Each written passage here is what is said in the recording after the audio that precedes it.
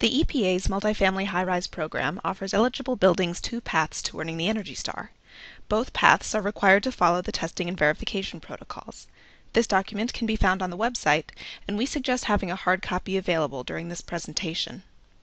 Parts 1 and 2 provided you with an overview of the document and some of the protocols. This webinar provides greater details on the rest of the remaining protocols. The testing and verification protocols are intended to help the inspector verify in the field what was specified by the design team and documented during the plan review process. If the project is pursuing the performance path, the inspector should confirm that all installed components and equipment match what was modeled. If the project is pursuing the prescriptive path, the inspector should confirm that everything coordinates with the prescriptive path's requirements. The T&V protocols cover all building components, including appliances, central and in-unit domestic hot water systems, building envelope, garages, central and in-unit heating and cooling systems, lighting, motors, ventilation, infiltration, and metering. This webinar reviews T&V protocols 6 through 9, covering lighting, motors, ventilation and infiltration, and metering. The protocols relating to lighting begin on page 61 of your handbook. Lighting can be a significant portion of a building's energy use. The program requires that at least 80% of installed light fixtures be Energy Star qualified or have Energy Star qualified lamps installed. Prescriptive path projects must have lighting power densities equal to or less than those outlined in ASHRAE 90.1. Performance path projects are allowed to exceed these thresholds by no more than 20%. Perform calculations before arriving on site to confirm that all space types' lighting power densities comply with your path's requirement. Confirm during design phase that the building's lighting design is on track to comply with all requirements cited in the performance criteria, as the review time can be substantial. You must obtain a statement of substantial completion for lighting installed in non-24/7 spaces, such as storage and utility rooms, from the lighting designer or architect before visiting the site to inspect the installed lighting. The SSC should include a list of fixtures with cut sheets, indicating the quantity of each fixture installed. On your next inspection, follow ResNet sampling protocol for these spaces. You may also use a statement of substantial completion for lighting installed in 24/7 spaces, such as lobbies, stairwells, and corridors. Print out the building's lighting T&V worksheets, reflected ceiling plans, and light fixture schedule before going to the site. Compare the as-built lighting installation with the specifications and energy model or prescriptive path calculator. Are the fixtures the correct wattages? Are there the same number of fixtures installed as illustrated on the plans? Are occupancy sensors installed where specified? Use a ballast checker to confirm that the ballasts of Energy Star qualified fixtures are electronic. Use ResNet's sampling protocol to inspect in-unit lighting. Some common areas will be repetitive, such as corridors, stairwells, and refuse rooms. Confirm in a few areas that they consistently conform with the reflected ceiling plans. You should verify 100% of fixtures in all other spaces, including utility rooms, lobbies, laundry rooms, and community rooms. For each fixture type, take the cover off and take a photo of the nameplate and bulb wattages. Look for the Energy Star label. Remember, at least 80% of installed fixtures must be Energy Star qualified or have Energy Star bulbs installed. Have the GC provide you with submittals for each unique fixture type showing wattage, lamping, and Energy Star qualification where applicable. Turn to page 64 of the protocols. All exit signs installed in Energy Star multifamily high-rise buildings must be LED or photoluminescent and not exceed 5 watts per face. Exit signs above stairwell doors or other modes of egress should have battery backup. This item is typically inspected at final inspection upon project completion. Turn to page 65 of the protocols. Projects pursuing the performance path should have occupancy sensors installed in all non-apartment spaces, except for those intended for 24-hour operation, such as lobbies, corridors, or stairs, or where automatic shutoff might endanger the occupant, such as a boiler room. For example, a project pursuing the performance path would be required to have occupancy sensors installed in laundry rooms, community rooms, and storage rooms. The prescriptive path requires occupancy sensors in all locations, including those intended for 24-hour operation, such as stairs and corridors, but not spaces where automatic shutoff might endanger the occupant. Before visiting the site, confirm that drawings and specs call out occupancy sensors in all required locations. Print out the building plans and bring them with you to the site so you can confirm that controls have been installed as designed. You must obtain a statement of substantial completion for this protocol before performing your inspection. Have the lighting designer, architect, or electrical engineer provide a list of, and cut sheets for, all controls, indicating their quantities and location. During your inspection, verify all controls in 24/7 spaces. Follow ResNet protocol for non-24/7 spaces. Confirm that each control type is functional for stairwells, corridors, and exterior fixtures. For occupancy sensors, step in and out of the zone, check for blind spots. Provide a representative photo of each sensor's space type and note its location. Take photos of bi-level fixtures showing half the lamps on or all dimmed. For timers, set timer to current time and confirm control of fixture. Take a photo of the controls and provide a schedule of their operating time.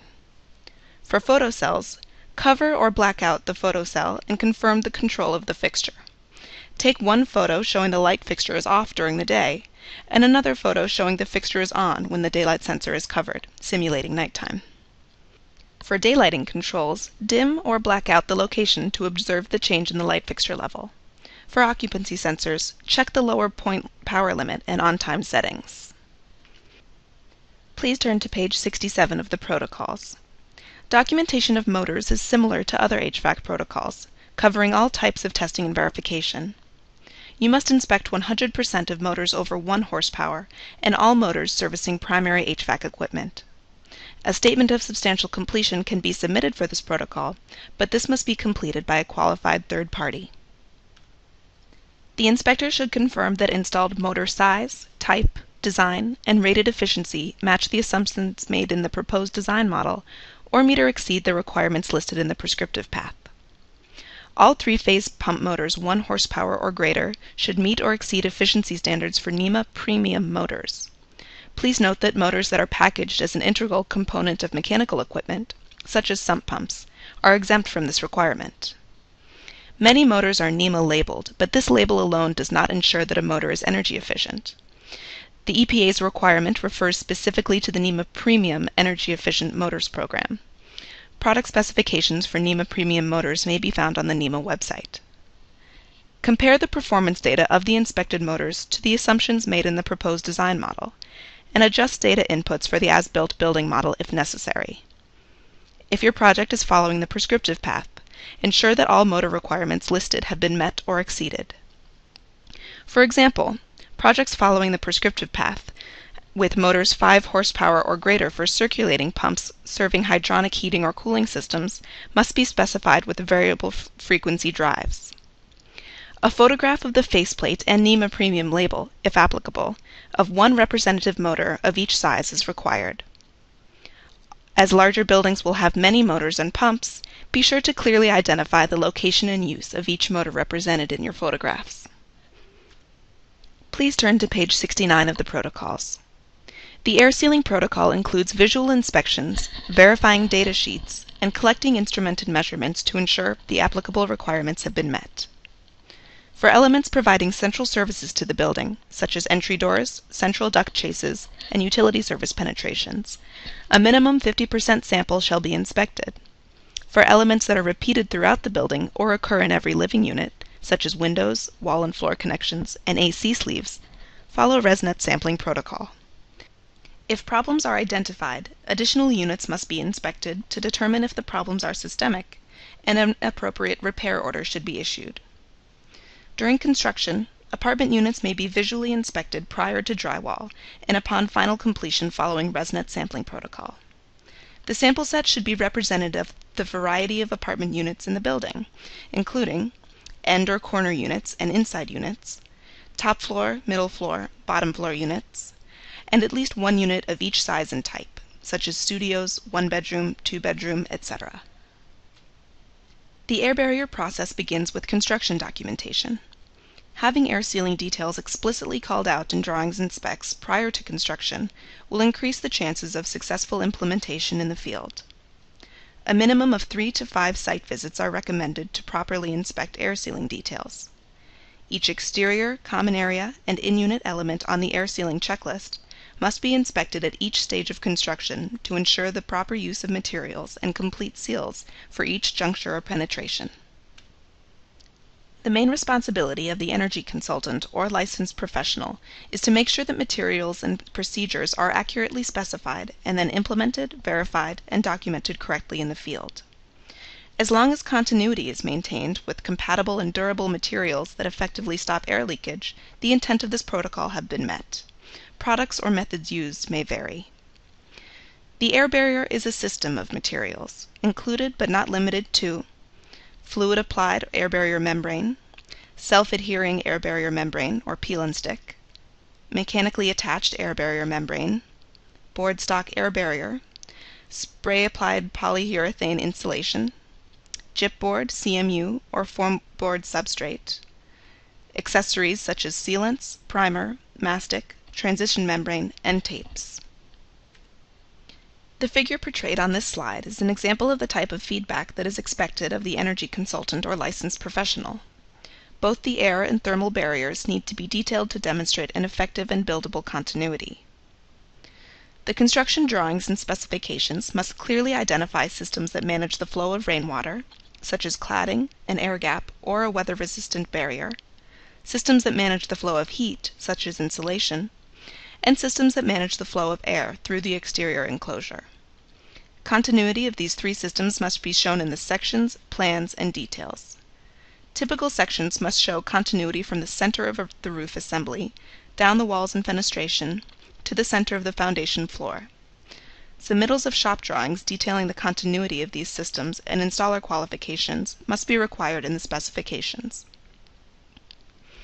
Exterior enclosure assemblies must be designed and constructed to prevent condensation within the assemblies during heating mode, cooling mode, or both, as the climate dictates. Assemblies may be drawn from published guidance documents that include hydrothermal performance analysis.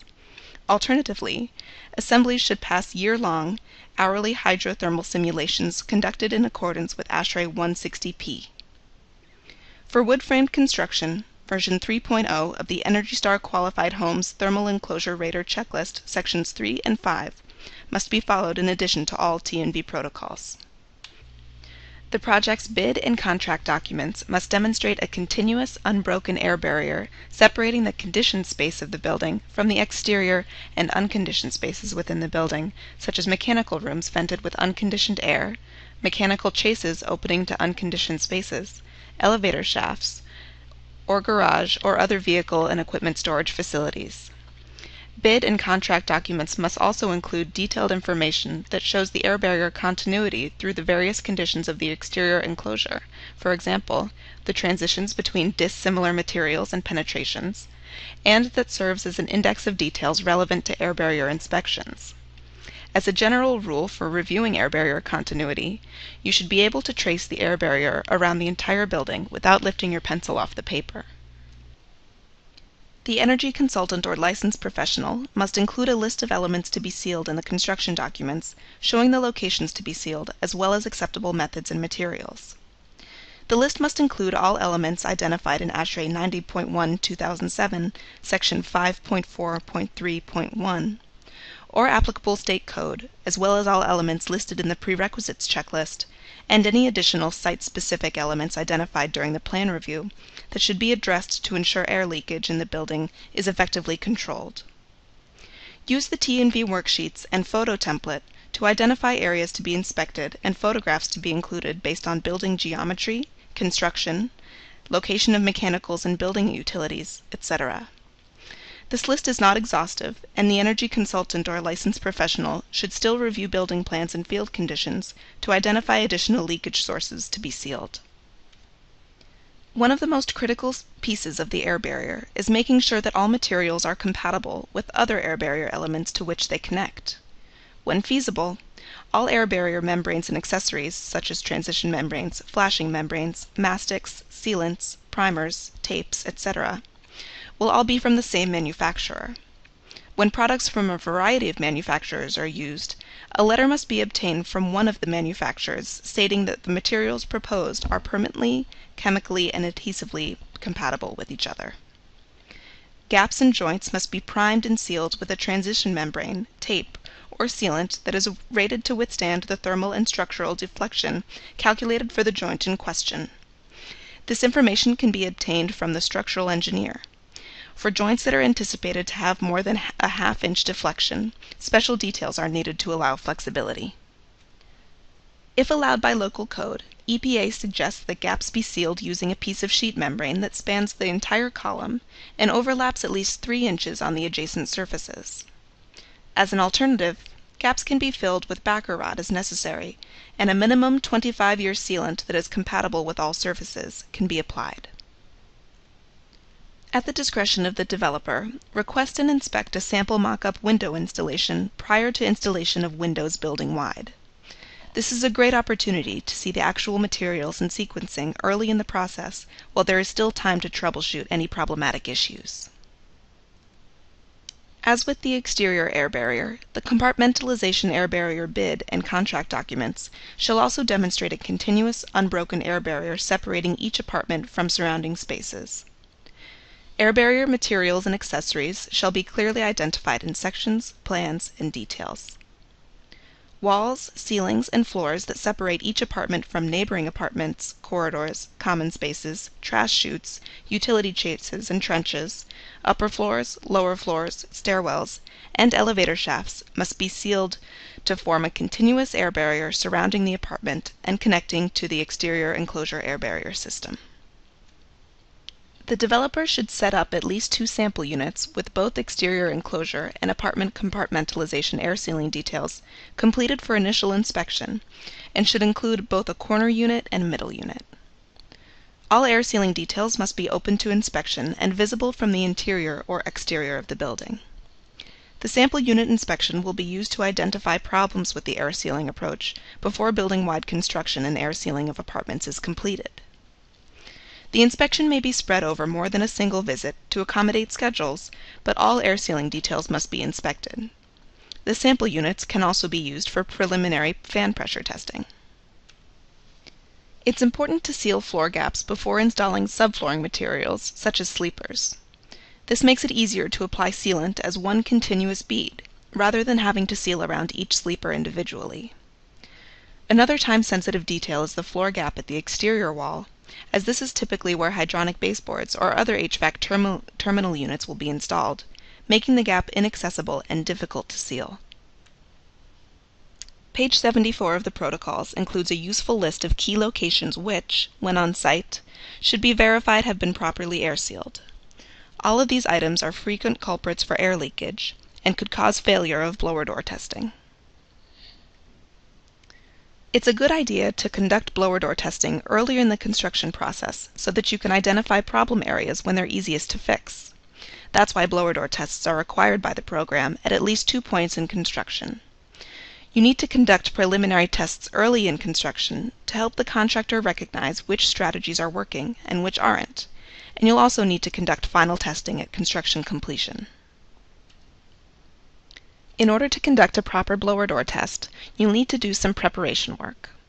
First, think about how the building would operate under winter conditions, with all windows closed and locked. Next, open up all doors to bedrooms and other interior rooms so that you can count leakage from the entire apartment. You should close anything having to do with ventilation, so tape off exhaust registers and trickle vents. Remember, we're trying to quantify envelope leakage, not just airflow. Ventilation is not the same as air leakage, and it's treated differently in energy modeling, so you should tape them off for the duration of the test. When we refer to the air barrier for blower door testing, we're referring to all the walls, ceilings, and floors that make up the boundary between that unit and any bordering units, as well as the outside. On the slide is a diagram of an apartment with 2 others on either side, the corridor on another side, and the outside on the 4th wall. The orange line indicates the air barrier boundary of this apartment. The blower door is placed in the corridor apartment door. While conducting the test, every part of the air barrier should be at the same test pressure, in this case 50 pascals. You can check during the test to make sure that this is the case by measuring the pressure difference between the test unit and its neighbors, or between the test units and the corridor. You should find that they are within 5 pascals of the test pressure. If not, You need to make connections between these spaces and the outside, so that all spaces are at the same pressure relative to the test unit. In practice, you may find that the easiest and fastest way to ensure that this takes place is to open the doors of neighboring units to the corridor, and to open a few of their windows to the outside before you begin testing. You want your test unit to be at 50 pascals with reference to the outside, the corridor, and any other bordering space. All buildings earning the Energy Star are required to demonstrate leakage of 0.3 CFM50 per square foot of enclosure area, or less. We saw in the previous slide how enclosure area is calculated. It's the walls, ceilings, and floor of a unit, both exterior and interior or demising walls. Refer to the table on this slide. You can see that differing geometry of apartment units can mean different results. Even though Unit A had a higher CFM leakage result than Unit B, the leakage ratio is lower because there is more shell area in Unit A than B. Unit A passes the standard, Unit B does not. There are 2 stages of blower door testing required in this program. The first is a round of preliminary testing. This is meant to test the units when it's most useful, as it's most cost-effective to fix leaks early in the construction process, because when a unit is completed, there's often little that can be done to mitigate leakage without taking drastic measures. As such, the first round of testing should be done before air sealing is completed on every unit. You'll need to test at least 2 units, a corner one and a middle one, and record the results. It's a good idea to pick units that you think are going to have some trouble so that they won't surprise you later. The units have to pass the 0.3 CFM50 per square foot target, or else they fail. If they do fail, you'll have to direct the owner to take corrective actions. It's helpful to take pictures of troublesome, leaky spots you identify, and use them to make a punch list to send to the project team. The builder will make corrections until they pass the test. Final testing should be done at construction completion. A minimum of 5 units have to be tested. Note that the standard for the preliminary test is the same as for the final test, 0.3 CFM50 per square foot. It's likely that if the unit passes at the earlier point, it will pass at the final test. Sampling can be done for these tests according to the ResNet protocol discussed in Part 1 of this webinar. Divide the apartment groups into sample sets. Sample sets are a representative cross-section of different unit types, several of which are listed here. A sample set has 7 units or less in it, and should itself be a cross-section of the building as a whole. If the test unit passes in a sample set, the whole sample set passes. If the test unit fails, the whole sample set is treated as failing. 2 more units in the set must be tested and pass. If either of these 2 fails, then all the units in the sample set of 7 have to be tested. Any unit that fails has to have remedial work done until it passes, and the whole sample set is considered failing until all of its units have passed. Documentation of the ventilation system is similar to other HVAC protocols, and is described beginning on page 78 of your manual. There are no required test procedures or third-party commissioning. 100% of common area ventilation equipment must be inspected and verified for system performance, while system performance at the delivery location, or register, can be sampled at every other floor.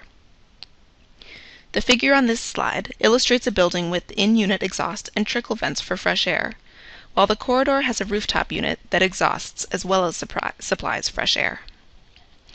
Apartment ventilation risers must be inspected and verified for system performance following the modified ResNet sampling protocol, outlined in the How to Use This Manual section on page 11 of the T&V protocols. For each ventilation riser in the sample set, take measurements at every other floor to obtain a representative profile.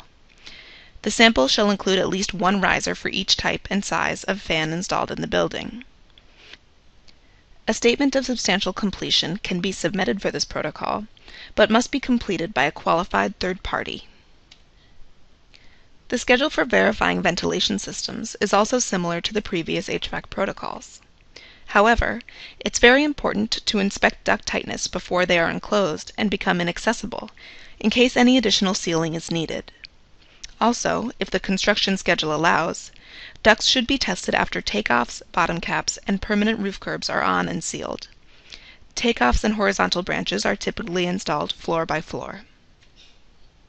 For central ventilation systems, the roof curb, transverse joints, duct transitions, and gaps at the drywall all need to be sealed with mastic or other UL 181 compliant material, and should be applied within the temperature range and according to all other manufacturer's requirements.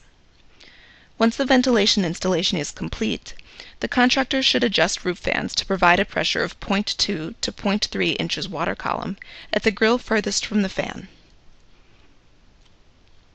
For inline fan exhaust systems, transverse joints, duct transitions, and gaps at the drywall all need to be sealed with mastic or other UL 181 compliant material. This should be applied within the temperature range and according to all other manufacturer's requirements. If the plank core is being used as the duct, ensure that the ceiling plank penetration is sealed, an effective connection is made to the exterior of the building, and most importantly, that the appropriate plank core was selected that aligns with the exterior louver. Following the procedures outlined in your duct leakage tester operation manual, a 5-point test for total duct leakage in the main duct shaft using a calibrated fan between -50 and -100 Pascal measured under depressurization, or between +50 and +100 Pascal under pressurization, is acceptable for this measurement.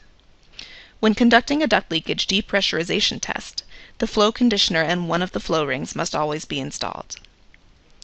Use the linear regression assistant in the T&V worksheets to find the CFM50 leakage. Per the prerequisites checklist, the CFM50 duct leakage for central exhaust systems must not exceed 10 CFM50 leakage per floor per shaft, or 5 CFM50 per floor per shaft if using the prescriptive path. If credit is being taken for improving duct sealing of the installed ventilation duct system, adjust the as-built energy model based on the actual duct leakage rates as described in the simulation guidelines. Provide a summary of results of any duct leakage or ventilation performance testing. A sample table is provided in the T&V worksheets. The standard for duct leakage is different for prescriptive path and performance path projects. It's expressed in terms of CFM50 per shaft per floor. If your building has a single shaft that spans 10 floors, under the performance path, 100 CFM50 total duct leakage would be allowed. For the same shaft in a building following the prescriptive path, it would be allowed 50 CFM50 total. If your building has a duct with multiple shafts, the calculation is slightly more complicated. Refer to the diagram on the slide. This system has one shaft for the top floor, and it splits into two shafts on the lower floors. The allowable leakage under the performance path would be 10 CFM50 per floor per the single shaft section and 20 CFM50 per floor with double shafts. The total is 70 CFM50. Keep in mind that the construction documents must also include the following criteria for central ventilation systems in projects following the prescriptive path. First, central exhaust and inline exhaust systems serving apartments must have self-balancing dampers installed at each grill. Second, central exhaust fans 1/16 horsepower and less must be direct drive and have variable speed controllers, while fans greater than 1/16 horsepower and less than 1 horsepower must also have ECM motors. Third, central exhaust fans 1 horsepower and larger must have NEMA premium efficiency motors.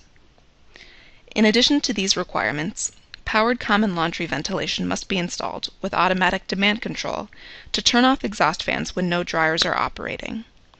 It's important to confirm the sequence of operation for this measure because some variable flow control systems can't turn the fan completely off and can result in unnecessary energy consumption when the dryers are not in use.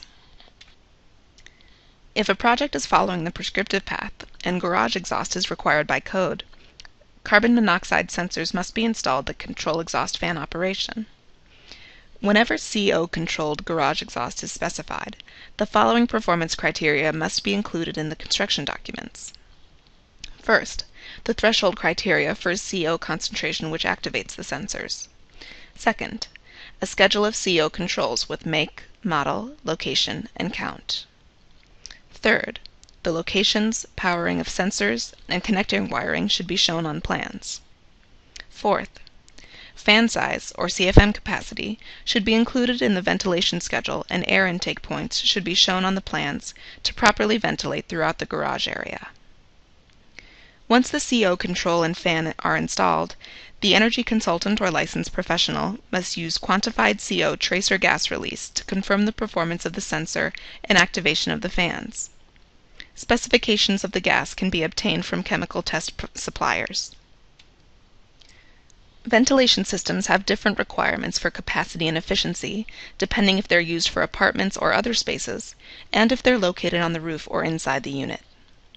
For apartment fans that are installed on the roof and fans used in other spaces than apartments, both the brake horsepower and motor efficiency should be included in the design specifications. For apartment fans installed in the unit, the energy efficiency criteria, or watts per CFM, should be specified. In all cases, the energy consultant or licensed professional should review the manufacturer's cut sheets or invoice detailing the system manufacturer, model, horsepower, and CFM. Rooftop and in-unit fans should be sized to include the total fan flow CFM capacity and account for duct leakage. Rooftop fan sizing should include 5 to 10 CFM per floor per shaft for duct leakage, while in-unit should include 5 CFM per grill. In addition, there are balancing requirements for all ventilation systems. The figure on this slide shows bathroom and kitchen ventilation rates in a vertical line of apartments inside a 9-story building. It is evident that the flow rates are higher on the upper floors. This makes sense, as these locations are closest to the fan, but this also causes the apartments to be overventilated, wasting energy. In many cases, balancing the system will result in both energy savings and better air quality. To accomplish a balanced system, the EPA recommends that each exhaust and supply grill assembly should be equipped with a self-balancing damper. This is critical to helping ensure the system performs according to project specifications and the proposed design model. Note that this is a requirement for buildings following the prescriptive path. Adjustable register assemblies that allow for the free area to be manually adjusted in the field should not be used to meet this requirement. For field inspections, confirm that dampers have been installed in the correct position and are functioning properly. The developer may choose to hire a test and balance, or TAB, contractor to commission the system or any part thereof. Either the TAB contractor, energy consultant, or licensed professional shall provide a balancing report for each shaft, with operating pressures at the grill furthest from the fan, and with airflow measurements in CFM, at apartment and common area grills following ResNet sampling protocol described in Part 1 of this webinar. Airflow shall be measured with a capture hood that fully encloses the grill and is able to measure as low as 20 CFM, with a plus or minus 5 CFM degree of accuracy. Corridor ventilation systems should be designed and tested to satisfy minimum requirements of ASHRAE 62.1/2007. Apartment ventilation system design should reference ASHRAE 62.2/2007. The inspector and plan reviewer should verify that all ventilation rates and controls have been specified and installed per the occupancy and space type requirements listed in each standard. Please note compliance with ASHRAE 62.2/2007, Sections 4.3 and 5.3.1, as well as providing outdoor air to each apartment directly from the outdoors is recommended as best practice, but not required. If following the prescriptive path, common area ventilation systems cannot exceed ASHRAE 62.1/2007 by more than 50%, and apartment ventilation systems cannot exceed ASHRAE 62.2/2007 by more than 50%. For all makeup air systems, a visual inspection of the supply air source shall be conducted to ensure pollutants are not being drawn into the building unintentionally. In passive intake systems, such as trickle vents, airflow measurements shall be taken using a capture hood and rotating vane anemometer to verify that flow rates are within the design specifications under the range of conditions anticipated for system operation. The rotating vane anemometer should have an accuracy better than plus or minus 15% of rated flow. If the airflow can't be directly measured, pressure measurements should be taken to verify that conditions exist to allow the intake apparatus to operate as intended. For both active and passive intake systems, design specifications must indicate the operation sequence as it relates to controls, sensors, fans, dampers, etc. The energy consultant or licensed professional must verify the installation of control systems, including timing devices, demand control sensors, or other devices, and confirm they match the proposed design and are functioning properly. For systems designed with outdoor air supplied to the ventilation system, motorized dampers must be installed that will automatically shut when the systems or spaces served are not in use. Some examples are dampers being triggered by the heating and cooling system operation, occupancy, or CO sensors. If allowed by local code, EPA recommends that stairwell bulkhead and elevator hoistway smoke vents are normally closed and interlocked with a motorized damper and the smoke detector or fire alarm system. Heat and energy recovery systems are a great measure for both energy savings and indoor air quality. When paired with exhaust flow, they can be used to supply tempered makeup air in corridors, community rooms, mechanical rooms, and other spaces with fresh air requirements. Although dedicated outdoor air for apartments is not currently required by the EPA, ERVs and HRVs can be used to supply tempered makeup air to apartments as well. The capacity of the heat recovery unit should match the design ventilation rates of the applicable space. The construction documents should include the procedures for adjusting the total supply and exhaust flow rates at the equipment using integrated or add-on dampers. This should happen before any adjustments are made at grills. Also, some units are only meant to be installed and operated indoors, while others are rated for outdoor use. This should be verified in the design and after installation. Turn to page 84 of the protocols to review the final T&V protocol, metering configuration. The program requires that all commercial and retail spaces have separate electric, gas, fuel oil, water, steam, and hot water meters. You won't be required to obtain signed utility releases from these spaces as long as there are other ways to track this data. For example, by having building management read the meter themselves. If that isn't feasible, you may have to collect a release directly from the commercial tenant or have them supply you the consumption data. The inspector should review the plans before visiting the site to confirm locations and configurations of all meters. Consider the metering configuration. Is the building master metered, sub-metered, or direct metered? In direct metered buildings, ensure that the building owner has either secured signed releases from the individual apartment occupants to allow for benchmarking, or has installed a whole building meter, or worked with the utility to obtain aggregated data for all apartment meters in the building. In the field, take photos of all meter types. Be sure to label the location and type of each meter represented, as well as the spaces it serves. Inspection for this protocol typically occurs upon building completion, just before the building obtains its certificate of occupancy.